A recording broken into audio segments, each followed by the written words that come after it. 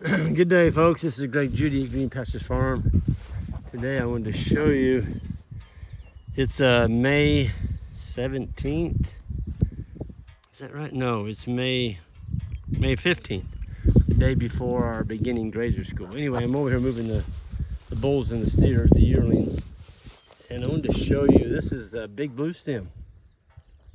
It's the earliest of all the warm seasons in starting out spring growing conditions. So it comes on in May. Your switchgrass, Indian grass, Eastern Gamma is also fairly early, but my Eastern Gamma is not as tall as this is. And we're laying this out for the bulls. I mean, this stuff is already 14 inches high. So you want to get it when it's about 18 to 20. The cattle will just take the tops off of it and give you 3 to 4 pounds a day gain. That's what they'll do. That's stuff, look at it. I mean, it's all in here. All these clumps. You see those dark green clumps? That's all big blue stem. If you look out across this valley, I'm gonna guess 30% of this sward that we're looking at is big blue stem.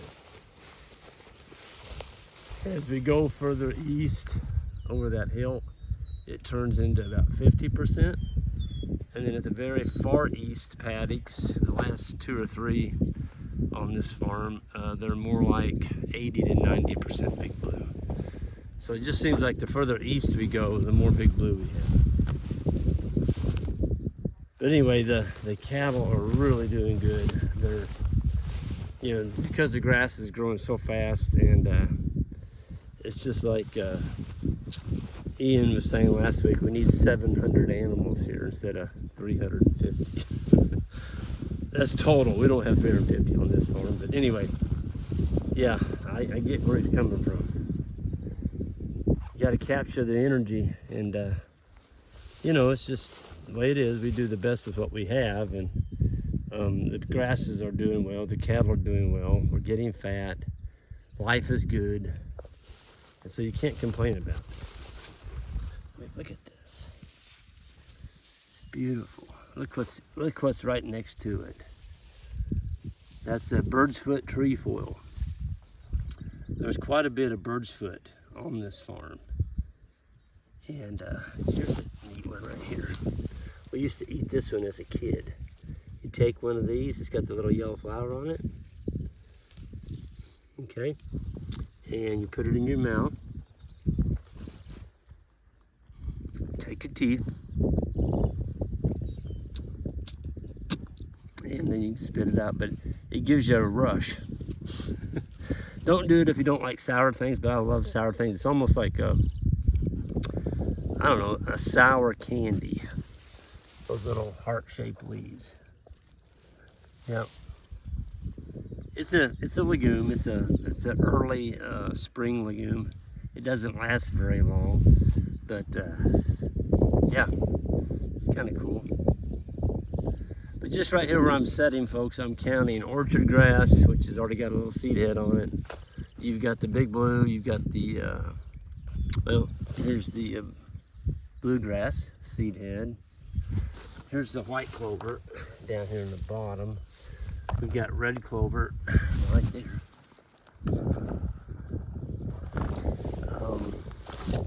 We've got wild carrot. Oh shoot, I can't get the name of it right now. There it is. Some people call that wild carrot. You can pull that and the root looks like a carrot. And then right here is some more of the bird's foot trefoil. Tell you what, these animals have a heck of a diet. You know, when you can go in one place, oh, and there's brome. There's some brome in here. When you can go in one place and you get you a bite of warm season, brome, some legumes, you know, life is pretty darn good. You can tell it was wet when we were in here last time. It's a little 800 pound pugmore tractor. See that? That one's about that deep, about a knuckle, 2 knuckles deep. I remember when we were here, it was just winter. I haven't been back here since winter. But see all this stuff? This has all got trampled on the last grazing pass. That's all big blue stem. Big blue stem, mature big blue stem. So it got trampled on the ground. It's feeding the earthworms. And yeah, keeping the soil covered. Y'all see any bare soil out here? Yeah. The more closely you can replicate nature, at the end of the day, you'll have more money left in your pocket. And your landscape will look better too. So that's what you want to shoot for. You know, don't reinvent the wheel. Just look at this landscape in front of us. Look at all the carbon we're sequestering here. All the rainwater that gets soaked into this. You know, it doesn't end up in the creek down in the Missouri River, down into the Mississippi Delta where they don't need more rain. We need to keep our rain up here. And folks, it's not a matter of how much rain you get, it's how much do you keep. If you keep your land covered with a really nice stand of forage, you know, you're gonna capture more rain. It's just that simple.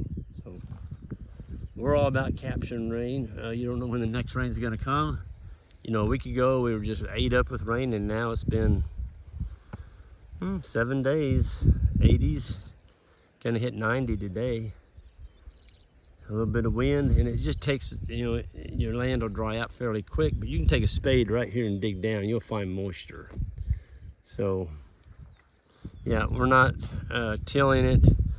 The only tilling we're doing is using the animal hose. So anyway, I'm gonna get out of here. We still got some more paddocks to put up, and I've got a new helper this morning. He volunteered. This is Patrick, and Patrick is from Montana. Matter of fact, I'm gonna wrap this up with Patrick. He's been a good help. Him and I have been kind of doing this mob, and the boys been doing the others, and then we kind of meet in the middle and decide what we're gonna do the rest of the day.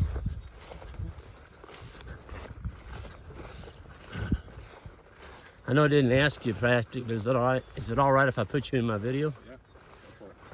Yeah. Patrick came to our advanced grazing school, and he also signed up for the beginning grazer school, and so he actually stayed at our Airbnb this week, and you've been a really good hand. Happy to help.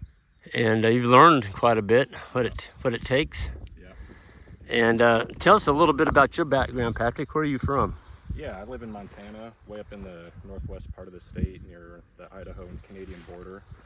So okay, in that area, kind of a Pacific Northwest climate, so wetter part of the state, but lots of mountains, a lot of rock and snow and predators. So we've got our challenges out there, but yeah, I'll be doing a lot of what Greg's doing here, grazing leases and land management, and a lot of that just comes down to putting ruminants on the land. So yeah, that's a huge part of it. And then your timber management and all that too.